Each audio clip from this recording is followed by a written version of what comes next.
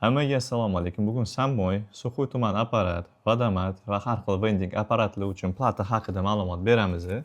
Platalarning tashqi ko'rinishi shunaqa. Agar sizda bu apparatlar yoki platalar уже bor bo'lsa, sizga qanaqa qilib ishlashini tushuntirib berib, vaqtingizni va pulingizni ekonom qilib beramiz. Eng xadovoy platamizning nomi X6+ oldi mana shunaqa ko'rinishda bo'lar edi. Bu plataning ichiga nima kiradi? Avvalambor 12 volt, 12 volt orqali bu platalar ishlaydi. Ikkita kirishi bor 12 volt.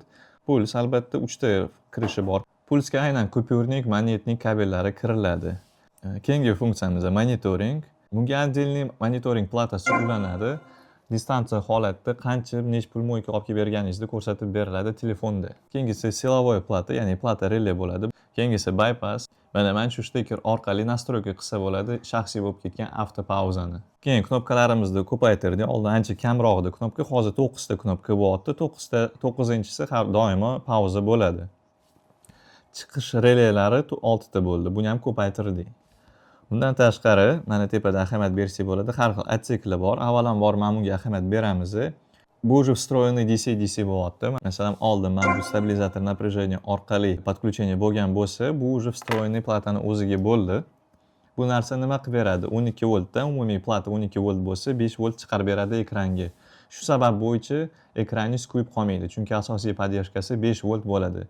Shuning uchun diqqat bilan ahamiyat beramiz. Birinchi bo'lib ekranga podключение qilamiz, keyin уже shleifni stekerini ulab, qolgan tomonini ekranga ulaymiz. Bu yerda SD karta podдержка qiladi. Masalan, oldin pрошивка qilish uchun programmator degan narsa kerak bo'lardi. Bu narsani juda ham qiyin topish bo'lardi. Любой сотовый magazin texnika bo'yicha topsak bo'ladi mana bu SD kartani. Shu narsa orqali biz ekranimizdagi yoziqni funksiyasini o'zgartirsak bo'ladi. Masalan, добро пожаловать emas, xush kelibsiz mo'ykangizning ismi mo'ykasiga. Настройка o'tamiz. Menyu настройка kirish uchun chapga o'ngga bitta bosib turamiz. Mana 3 ta knopka bor bizda. Chapga o'ngga одновременно bosib turamiz. Menyuga kiriladi. Birinchi bo'lib перенос настроек. Как раз mana shu narsa orqali biz pрошивка qilsak bo'ladi. Ya'ni yoziqni o'zgartirib, funksionalni o'zgartirib. Перенос настроекdan keyin общая настройка keladi. Общая настройка kiramiz. Rejim indikatsiya degan joyi bor.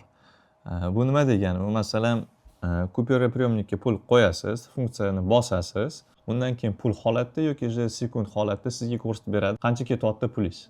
O'zgartirish uchun o'rtaga bosamiz setni, o'ngga chapga ko'rsanglar bo'ladi qanaqa funksiya доступный.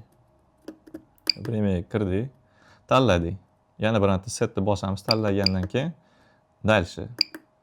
Bypass funksiyasi bor buni. Bypassdan vaqtini belgilasa bo'ladi. Период обслуживания. O'zgartirsa bo'ladi har bitta raqamni. Oq bor, голубой, purpurный, синий va hokazo. Timeout balansi. Silovaya plata, bu keyingi rolikda tushuntirib berilgan narsa. Monitoring, kanal освещения, время освещения, kanal svetofora, время svetofora. Показатель стоимости, ya'ni har bitta funksiyasini minutasi nech pul bo'ladi. Период подсветки, автоотключение дозатора. Keyingi funksiya настройка pauza bo'ladi. Pauzani ikki xili bor, limitli yoki bez limit. Limitli bo'lsa albatta vaqti tugagandan keyin pauza уже pulli bo'ladi. Timeout pauza necha daqiqa berilsa, masalan, mashinani latta bilan yuvib qo'yishingiz uchun.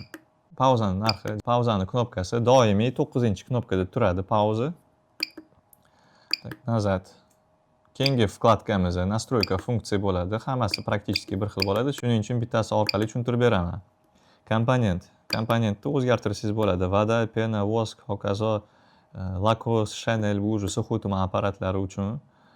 Подкачка shin, подсветка shin, Chanel. Shuni hammasini bir chekkadan ko'rib chiqsangiz bo'ladi. Не использовать qilsangiz bo'ladi. Masalan, bu funksiyaga hech narsa ulamagan bo'lsa, просто не использовать qilsangiz ishlamaydi bu narsa. Vada turgan bo'lsa, vadani qoldirib ketamiz. Цвет надписи. Masalan, yozig'ini o'zgartirsak bo'ladi. Ko'k bo'lsin, suv bo'lganiga nisbatan. Stoyimiz za minuta. Bu minutasi nech pul turadi? Ikki xil настройкасы bor minutasi nech pul olib kelib berishligini. Menyu настройка orqali yoki knopka orqali. Knopka orqali qanaqa ishlaydi, buni oxirida ko'rsatib beraman. Panel bypass, nomer knopki. Knopkani raqamini o'zgartirsa bo'ladi. Задержка списания, ya'ni qancha задержка bo'lishi kerak spисание qilgandan keyin pulni. Porog aktivatsiya. Kanal relay. Mana shu yerga ahamiyat beramiz. Masalan, sayt texnika qilganingizda esingizdan chiqarib qo'ydingiz, qaysi relaydan suv chiqyapti. Plata orqali o'zgartirsangiz bo'ladi. Birinchi relayga ulamadim suvni, 5-chiga ulab qo'ydim adashib. Birinchi relaydan o'chiramiz, 5-chiga o'tib da bosamiz. Shunaqa qilsa bo'ladi. Men qaytarib kelaman. Zadержка relay, ya'ni qancha zadержка bo'ladi. Keyingisiga o'tamiz. Keyingisi настройка платежей.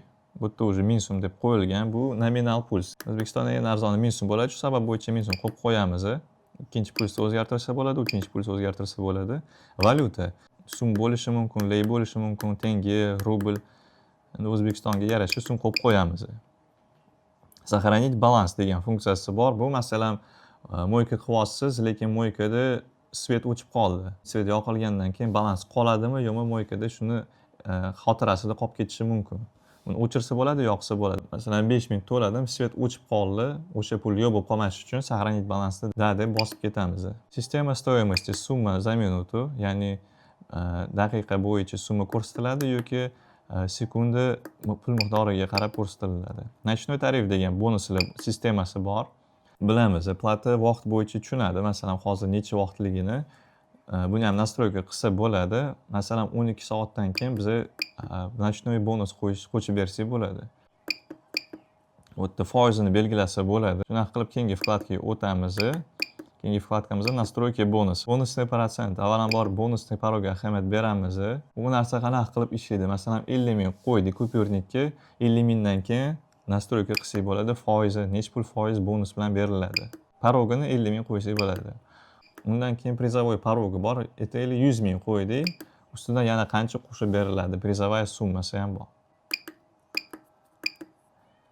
Ночной bonus o'tdik дальше. Настройка vaqtni belgilab qo'ysa bo'ladi data bilan. Bu programmaning обеспеченияsi versiyasi. Сохранить и выйти. Albatta, настройка qilganingizdan keyin сохранить и выйти degan funksiyani bosib chiqish kerak. Buni menyu настройка orqali qilsa bo'ladi.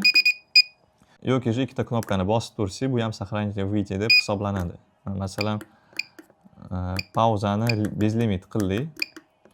Chapga o'ngga bosib tursak, сохранить и выйти bu ham bo'ladi. Endi knopkalarimizga o'tamiz. Knopkalarning shtekeri ikki xil bo'ladi.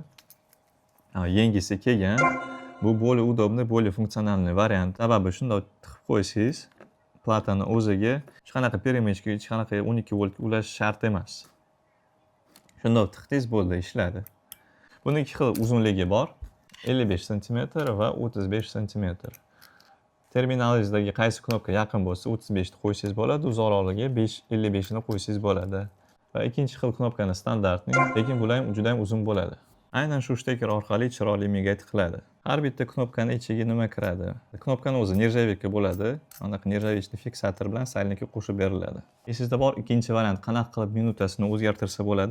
Knopkani bosib turamiz. Agar pulni ko'paytiramiz desak, o'ngga bosamiz.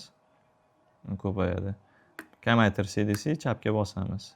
Shunaqa qilib O'zbekistonda hozir taxminan 4,5-5 ming bo'lyapti minuta.